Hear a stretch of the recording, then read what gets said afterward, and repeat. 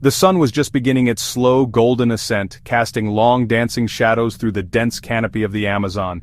It was that magical time of day when the forest truly comes alive.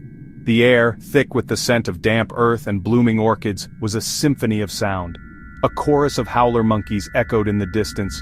The wind whispered secrets as it rustled through the broad leaves of ancient mahogany trees.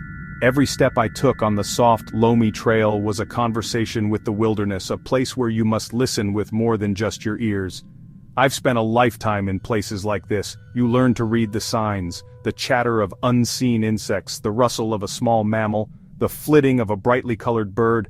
It's all part of the language of the wild. Then something shifted. It wasn't a loud noise or a sudden movement. It was the opposite. A profound, unnatural silence began to descend upon the forest. The monkeys stopped their calling, the birds ceased their chirping, even the insects seemed to fade into a tense, expectant hush. Just as the silence became almost unbearable, a new sound pierced the quiet, sharp, frantic, high-pitched and desperate. It came from high above. It was an eagle, not the majestic soaring call you might imagine, but a shrill, repeated shriek. Another eagle answered. They were circling, powerful wings beating against the air, not hunting, trapped by fear. This was no ordinary call, parents defending their young. I knew there must be a nest nearby. Eagles are fiercely protective, true kings and queens of the sky. They don't panic without good reason. Their sanctuary, their most vulnerable space, was under attack. I started moving again with a new purpose.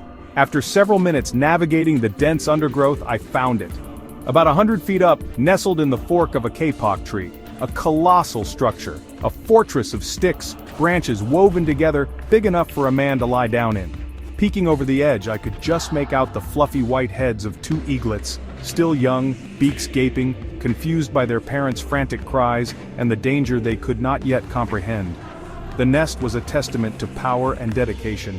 Building such a structure so high is an incredible feat of engineering and endurance, designed to be impregnable, a safe haven from the dangers of the forest floor. From here they survey for miles, spotting prey and threats with famously keen eyesight. For the eaglets, this nest was their entire world, warmth, food, security provided by formidable parents. Today, that security had been shattered, the fortress walls breached by an insidious enemy. The parents launched a desperate ballet, dives with talons extended, sentinel circles above, a whirlwind of feathered fury and devotion. But their aerial prowess was useless against a threat already inside their home. I positioned myself at the base of the colossal tree. The height was dizzying. The eaglets were so vulnerable, so utterly dependent. Raw terror in the parents, innocent confusion in the chicks, and the silent, deadly threat waiting to reveal itself. The forest remained quiet, all other animals seemingly gone, leaving this one dramatic scene to play out. My senses were on high alert, not out of fear, but out of respect. In the wild, complacency is a luxury you can't afford. My eyes scanned the intricate structure of the nest, trying to locate the source of the eagle's terror. At first I saw nothing but a chaotic jumble of sticks and branches. Then, a quick flicker of movement. A pattern that didn't belong. A coil of mottled brown, then tan, thick as a man's thigh, slowly making its way up the side of the nest. It was a snake. Not just any snake. A boa constrictor, massive, incredible power and patient calm, silent, relentless. The snake moved with unnerving confidence, its muscular body flowing over branches like a living vine. A giant, likely over 10 feet long, scales shimmering in filtered sunlight, its head lifted, tongue flicking, tasting the air. Inches from terrified chicks, embodiment of silent death, built for ambush and overwhelming strength. It had likely spent hours, maybe even days, climbing, a slow, patient ascent up the 100-foot tree, driven by primal instinct. Eaglets huddled at the far side, small bodies trembling, chirping weakly. Parents, mighty harpy eagles screaming from the sky. A direct attack could injure the chicks or knock the entire nest apart. Trapped in a terrible paradox, they were forced to watch.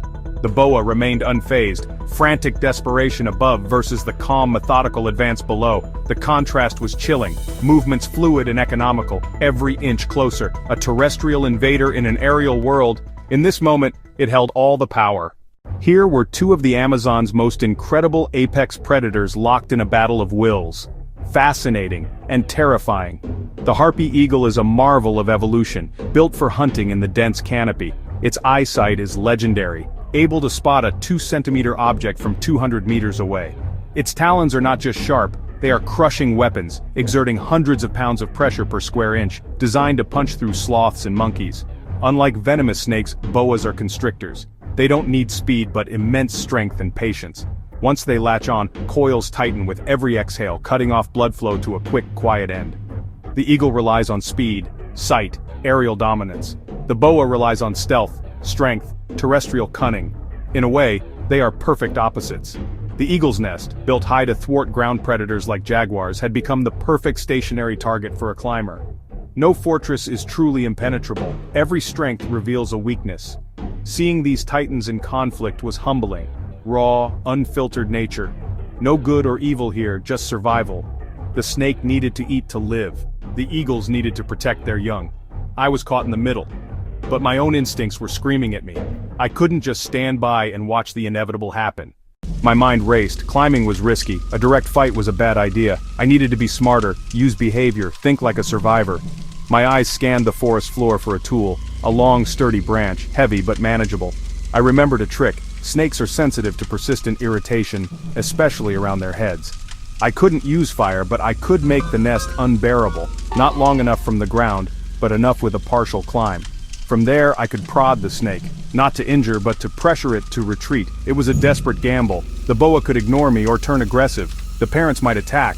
The risks were high, but the eaglets spurred me on. The kapok bark dug into my hands. I focused on handholds and footing as their cries above fueled my resolve. I finally reached a large bough, wedged in, and from here I had a clear, terrifying view. The boa was at the edge, head raised. The eaglets were backed into a corner. I had seconds. I raised the long branch and took aim. With a surge of adrenaline, I jabbed the snake's thick body. It flinched, recoiling. I jabbed again, harder near its head. The reaction was immediate. Defensive coils. It was working. Surprise and persistence broke its focus. I continued prodding, making clear this meal wasn't worth it. Its methodical hunt disrupted. After a few more pokes, the snake made a decision. The prize wasn't worth the risk. Slowly, it uncoiled and flowed back down the branch. I nudged it gently until it was clear of the nest. Relief washed over me. Above, frantic shrieks softened into grateful calls. One parent landed and nuzzled the chicks. I had done it, the family was safe. As I carefully climbed back down, my legs shaky, the forest began to come back to life. I looked up. The parent eagle stood over its young. It looked down, and for a moment its gaze locked onto mine. No threat, just acknowledgement. We had shared a crisis. We are not separate from nature. We are a part of it, the same love, fear, fierce devotion that drive us all. Courage isn't the absence of fear. I was terrified, yet I acted, driven by a purpose greater than myself. You don't have to climb a 100-foot tree to be a hero. Support local shelters, donate to conservation, or simply respect nature where you live. Every act of kindness adds to a larger story of hope. As I turned to leave, an eagle circled once and soared into the jungle. Not alarm, but a call that echoed strength and freedom. If this eagle family story touched your heart, I invite you to follow along. Join the journey. There are countless more adventures to share. Tap subscribe and the bell so you won't miss the next rescue, and share this with someone who loves the wild. Let the whispers of the forest guide you. The next incredible story is just around the bend.